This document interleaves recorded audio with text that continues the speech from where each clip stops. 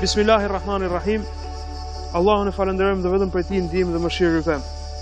Të nderuar teleshikues, ju përshëndes në këtë pjesë të katërt të ciklit të emisioneve të historisë islame. Assalamu alaikum wa rahmatullahi wa barakatuh. Thamë në pjesën e kaluar se si Allahu xhaleshanuhu e krijoi Ademin dhe se si Allahu xhaleshanuhu ja futi shpirtin Ademit alayhis salam edhe bëri atë të ishte njeri. Shpirt prej shpirtit të Allahu xhaleshanuhu. Jetë për jetës Allahut, gjallëri për gjallërisë Allahu xhaleshanuhu, Allahu ja dha Ademit alayhis salam. Kjo ishte krijesa për cilën Allahu kishte thënë, do të bëhet kujdestari i tokës. Inni ja'ilun fil ardi khalifa. Mirpo, nuk ishte kjo thjesht perfeksionimi trupor për cilin Allahu thotë që e kam krijuar në formën më të bukur. Arsyeja me cilën Allahu ose elementet për cilët Allahu prapo e bënte krijesën më të bukur, krijesën në kujdestare të tokës, por Allahu do t'i jepte Ademit alayhis salam edhe disa veti tjera të cilat krijesat e tjera nuk i kishin mundësi.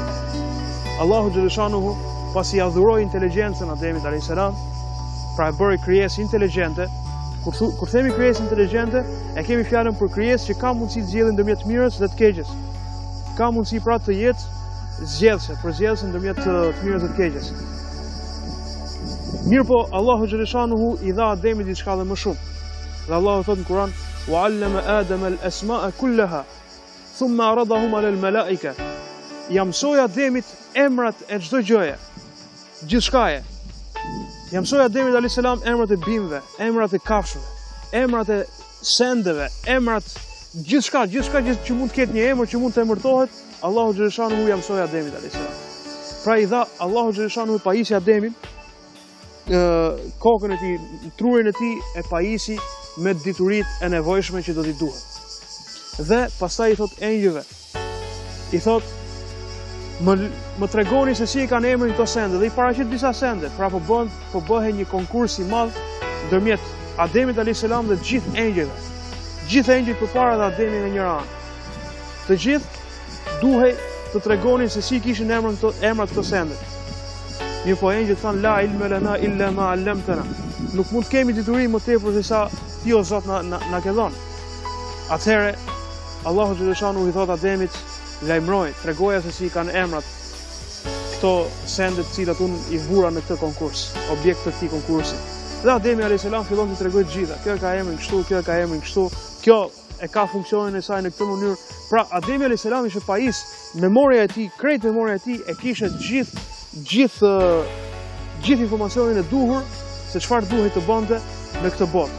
Gjithë informacionin e duhur se çfarë ekzistonte në këtë gjësi, Allahu xhaleshanuhu ja kishte pajisur Ademit alayhis salam. Ja kishte pajisur trurin e tij. Dhe me këtë pra Ademi alayhis salam tregohet që ishte në avantazh ndaj krijesave të tjera, ndaj engjëve dhe mes tyre dhe iblisit. Dhe mes tyre dhe gjithë krijesave të tjera, pra Allahu xhaleshanuhu nxjerr në pah vlerat e Ademit alayhis salam. Dhe vlera e Ademit alayhis salam nuk ishte as prej bukurisë tij, nuk ishte as prej fuqisë tij, nuk ishte as prej shëndetit që kishte, por ishte prej diturisë që Allahu ja kishte dhënë.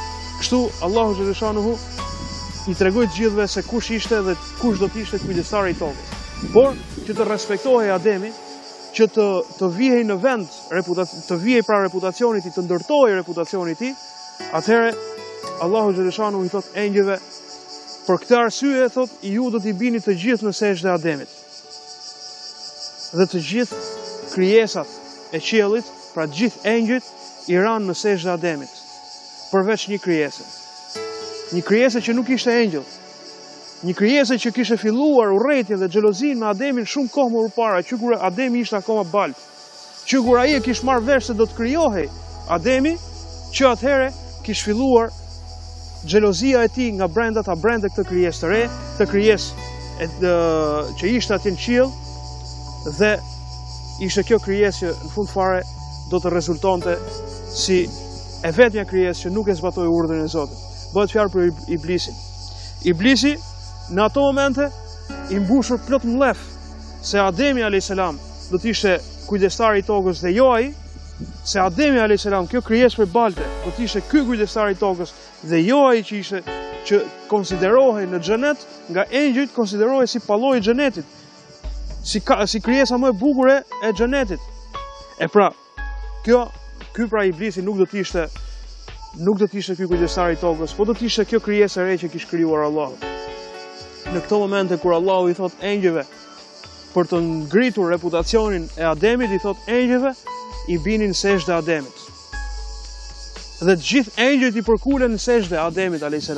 Sepse engjëjt nuk mund bëjnë asgjë më shumë, thjesht i bindën urdhit të Zotit. Dhe të gjithë sejdë. Në këmbë ishte vetëm një krijesë tjetër, e cila ishte në mesin e engjëve, dhe ishte iblisi, ishte xhint. Iblisi në ato momente qëndron në këmbë dhe nuk e zbaton urdhrin e Zotit. Allahu i thot iblisit, ç'a të pengoj që ti nuk i rën sejdë bashkë me tjerat? Ç'a të pengoj që ti mos e zbatosh urdhrin tim? Dhe iblisi në ato momente i thot, o Zot, unë jam më i mirë se saj. Mu më ke krijuar prej zjarri, atë e ke krijuar prej balte. Kjo ishte arsyeja pse iblisi nuk e zbatoi urdhrin e Zotit dhe nuk i ran sejdë Ademit. Prej atij momenti, Allahu xhaleshanuhu i thot iblisit, dil për aty. Dil për atij vendi ku kam graduar, se meriton më atë vend. Që prej këtij momenti i thot Allahu ti do të jesh i mallkuar. Që prej këtij momenti iblisi mallkohet dhe që prej këtij momenti iblisi rrëzohet në ajo pozitë që kishte atje në xhenet dhe që prej këtij momenti Ademi a.s. konfirmohet në mes të gjithë atij publiku të madh engjësh, konfirmohet si kujdestari i tokës. Mirpo Ademi a.s. ishte akoma në xhenet dhe ai do të bëhej kujdestari i tokës. Këtu është një pikpyetje e madhe. Çfarë ndodh? Si ai do të bëhet kujdestari i tokës ndërkohë që ai jetonte në xhenet? Se çfarë ndodh? Këtë me lejen e Allahut do ta mësojmë në serinë e 5. Dhe selamu alaikum wa rahmetullahi wa barakatuh.